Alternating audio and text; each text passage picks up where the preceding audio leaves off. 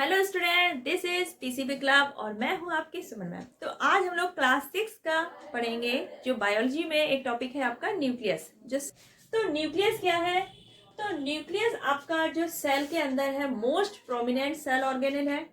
And ये कैसा होता है? स्फेरिकल या ओवल शेप का होता है। और मेन जो आपका सेल का ब्रेन है वो क्या होता है? न्यूक्लियस, क्योंकि ये सेल के फंक्शन को रेगुलेट करता है। अब जो हमारा न्यूक्लियस है ये डिस्कवर किया था आपके रॉबर्ट ब्राउन ने।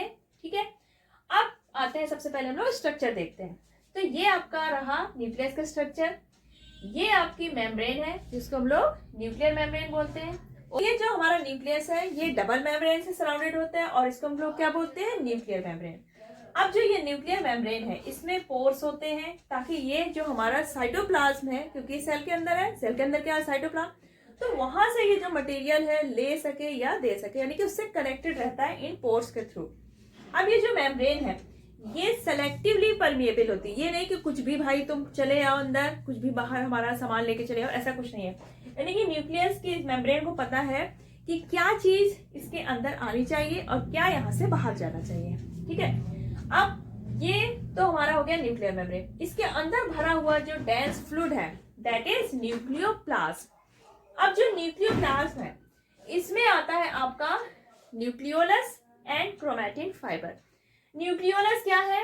ऑल स्ट्रक्चर है और इसमें कोई भी आउटर मेम्ब्रेन नहीं होगी और आरएनए और प्रोटीन बहुत ज्यादा होता है और ये मेन राइबोसोम का प्रोडक्शन करता है।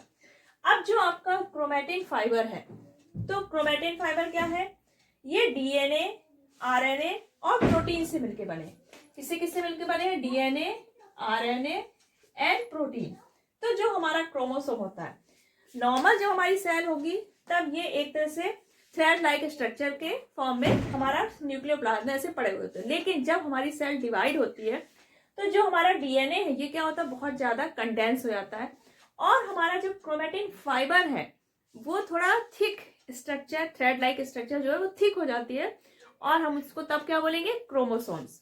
अब जो हमारे क्रोमोसोम्स हैं वो केवल तभी हमें सेल के अंदर मिलेंगे जब सेल हमारी डिवाइड हो रही होगी। और जो क्रोमोसोम होंगे उसमें जो मेन हमारा हेरिडिटरी मटेरियल है दैट इज कॉल्ड जीन।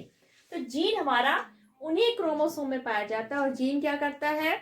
जो हमारे कैरेक्टर्स हैं वो हमारे पेरेंट्स से बच्चों पे कैसे ट्रांसफर होते हैं? Through the gene. तो ये तो हो गया आपका पूरा न्यूक्लियस का स्ट्रक्चर। आपका न्यूक्लियस है, ठीक, इसके दो पार्ट हमने कर दिया, न्यूक्लियर मेम्ब्रेन और न्यूक्लियोप्लास्ट। न्यूक्लियर मेम्ब्रेन आपकी क्या है? सिलेक्टिवली परमिएबल हो गई। ठीक, न्यूक्लियोप्लास्ट कलरलेस डेंस फ्लूइड है, इसमें आपका न्यूक्लियोलस आ गया, क्रोमैटिन मटेरियल हो गया। न्यूक्लियोलस में क्या होता है? प्रोटीन और आरएनए बहुत होता है और ये राइबोसोम का प्रोडक्शन करता है। क्रोमैटिन आपका जो मटेरियल है डीएनए, आरएनए, प्रोटीन से मिलकर बना है।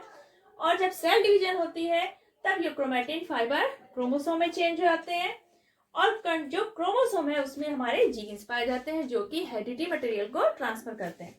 अब जो हमारा न्यूक्लियस है तो ये किसमें नहीं पाया जाता? जितने भी यूकैरियोटिक मैमल्स हैं या प्लांट्स हैं सभी में हमारा न्यूक्लियस पाया जाता है एक्सेप्ट आरबीसी, जो हमारी रेड ब्लड सेल्स है। जब वो मैच्योर होती है तब न्यूक्लियस हमारा डिसअपियर हो जाता है क्योंकि वो ज्यादा ऑक्सीजन कैरी कर सके। और जो आपकी फ्लोएम प्लांट में जो फ्लोएम ट्यूब्स होती हैं तो वहां पर भी हमारा न्यूक्लियस एब्सेंट हो जाता है जब हमारी फ्लोएम की जो सीव ट्यूब है वो मैच्योर होती है। तो ये था आपका बहुत ही शॉर्ट में आपका न्यूक्लियस और उसके बारे में।